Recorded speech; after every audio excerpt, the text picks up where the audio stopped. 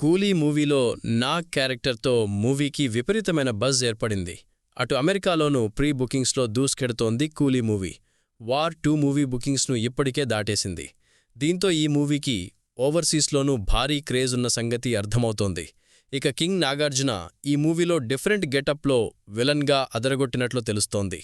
ఇటీవల జూన్లో విడుదలైన కుబేర చిత్రంలో తొలిసారిగా నాగ్ నెగటివ్ షేడ్స్ ఉన్న పాత్రలో నటించి మెప్పించారు. అయితే మూవీ చివర్లో ఆయన తన తప్పు గ్రహించి మారిపోతాడు. ఇక లేటెస్ట్ కూలీలో మాత్రం ఏకంగా ఫుల్ లెంగ్త్ విలన్ పాత్రలో మెరిశారు నాగార్జున. అయితే ఈ క్యారెక్టర్ని నాగార్జున కంటే ముందుగా నందమూరి బాలకృష్ణని అడిగారట మూవీ టీం.